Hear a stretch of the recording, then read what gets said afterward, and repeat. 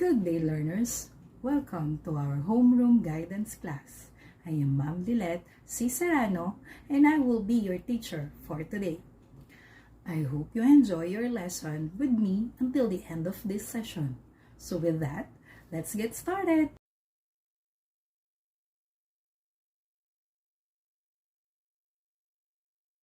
For today's lesson, we're going to discuss Quarter 2, Module 10, entitled Their Decision as Realistic Endeavors. This module is designed to help you know more about self-discipline and how to help you to develop a positive self-concept. They are activities that require a deeper look at yourself and will make you reflect on self-discipline practices in your decisions and actions. This self-learning module has 6 interactive tasks, which are as follows. First, let's try this, which will help you to get ready to learn.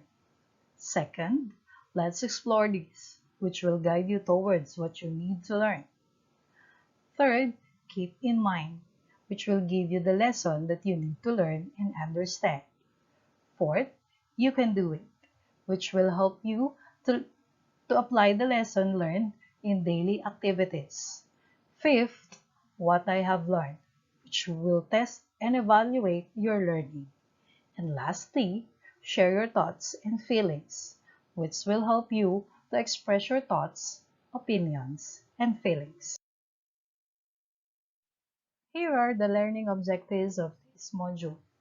At the end of this module, you are expected to: number 1, define the various strategies in decision making. 3 C's, pros and cons, analytical. Number 2, apply the strategies in decision making that are appropriate in reaching goals. 3, analyze yours and others' decision making strategies. And number 4, formulate your guide in making decisions to foster a sense of responsibility and accountability.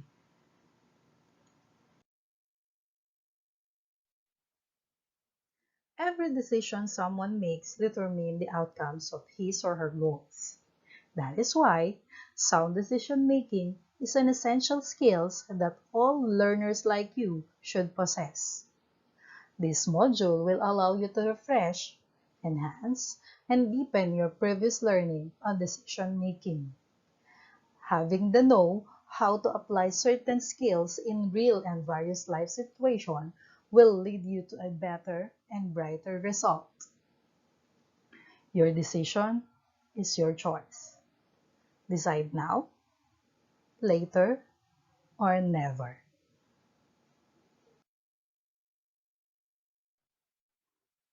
To start, let's try the first activity. Let's try this. Suggested time allotment, 10 minutes. Towers of papers. Materials. 5 pieces of intermediate paper or used papers. 12 inches long Scotch tape. Here are the procedures. Number 1, decide on how you will build a strong tower using the 5 pieces of papers and Scotch tape. Number 2, you may ask help from parents or siblings. And number 3, answer the processing question on a sheet of paper after building your tower.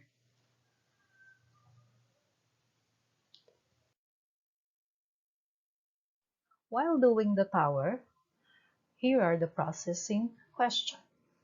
Number 1, how were you able to make your tower stand? Number 2, what challenges did you encounter while doing the activity?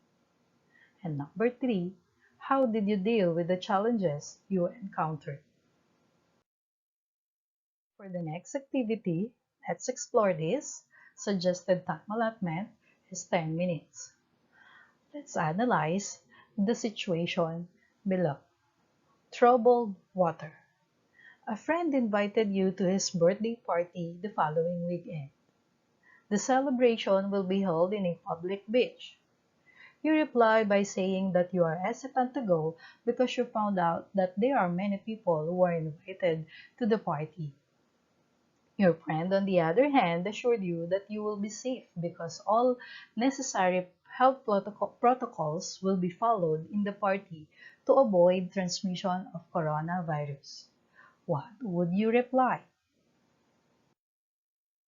Here are the processing questions in the second situation. Number one, what are the factors that you considered in making your decision? Number two, how do you feel about your decision? Next, keep in mind, suggested time allotment, 15 minutes. All of us are faced to make decisions each day.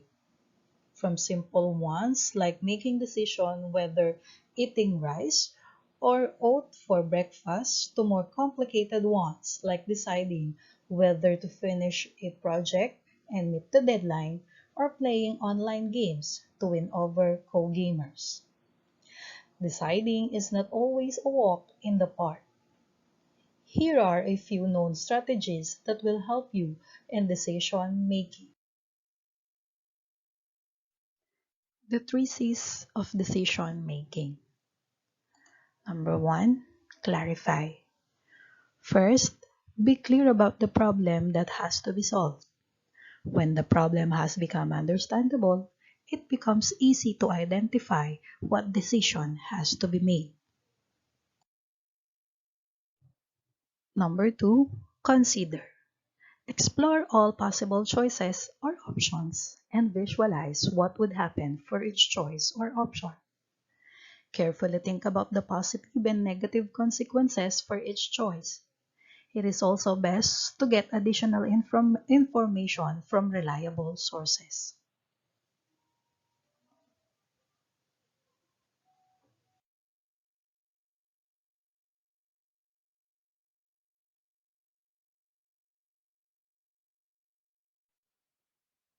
Aside from the three C's, additional strategies in decision making can be used. Here are some alternative strategies that can help you in your decision making process. Considering pros and cons. By carefully weighing advantages and disadvantages, the favorable and unfavorable, and the good and the bad points can help one in coming up with a solid and balanced decision. Next, analytical approach. This can be used by breaking down a problem until it reaches stages where it can be easily solved. By separating a problem into its smallest part, its complexity is also diminished. Here are the types of decision making. Number one, majority rule. This is when a decision is the one that has the most number of support. Some examples include ballot voting and a show of hands. Number two, consensus rule.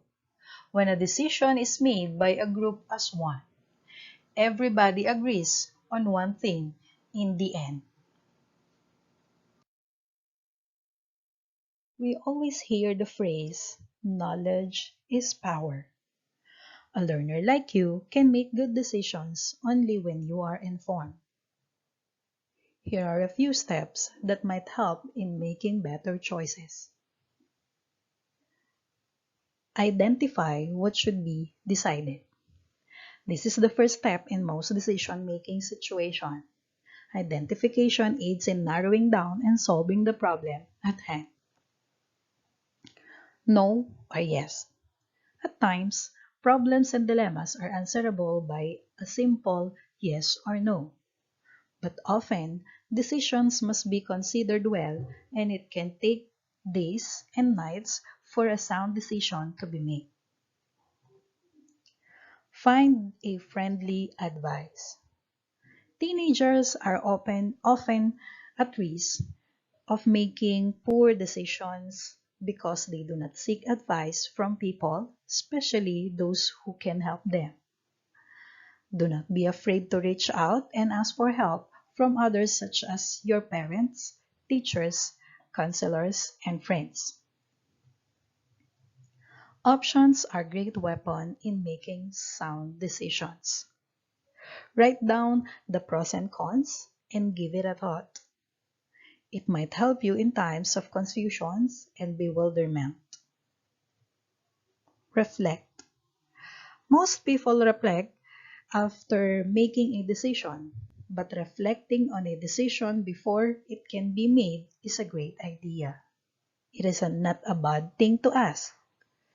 Sit down for a second and ask yourself, is this the right thing to do? Make a deadline. Ideally, enough time should be given by make a wise decision, but there are an instance when a decision must be made immediately, such as when one decision whether to accept a job or refuse it, or when one decides when to start that school project that is due soon. Envision a situation afterwards. Close your eyes and imagine a scene after making a particular decision.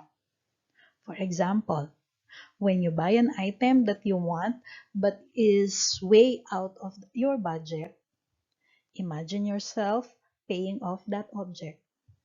Do you see an empty wallet? Do you think maybe it would be better if you save up for it first? Don't be in a rush. Sometimes when you rush yourselves, we make rash decision instead. Try to let a day pass before making a big decision. Think about it overnight and make a choice later.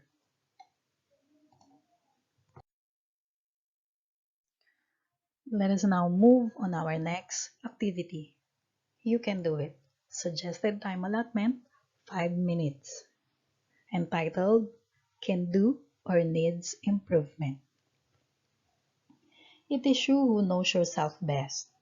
Below are values needed for good decision making.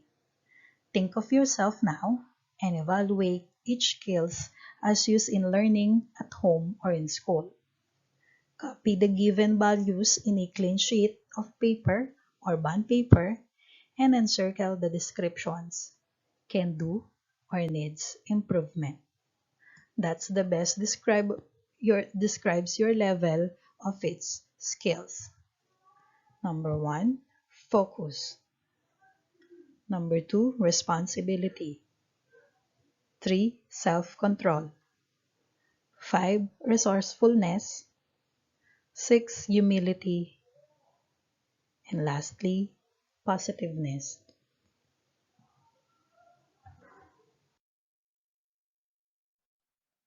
Next, what I have learned. Suggested time allotment, 10 minutes. My 3 C's of decision making. Think of a specific situation in your life right now where you need to make a decision and help you reach your goal. Copy the table below on a clean sheet of paper or bond paper. You will develop a guide in making decisions by using the 3 C's of decision making that will help you in coming up with a decision. Here is the sample table. Real life situation. Clarify, consider, choose. For our last activity, share your thoughts and feelings. Suggested time allotment, 10 minutes. The essence of sound decision making. Having a sound decision making skill in every situation is essential. Why do you think so? Think about of your answer and write it down on a sheet of paper. Great job, everybody! That's the end of my discussion. I hope you have learned something today. Thank you. God bless.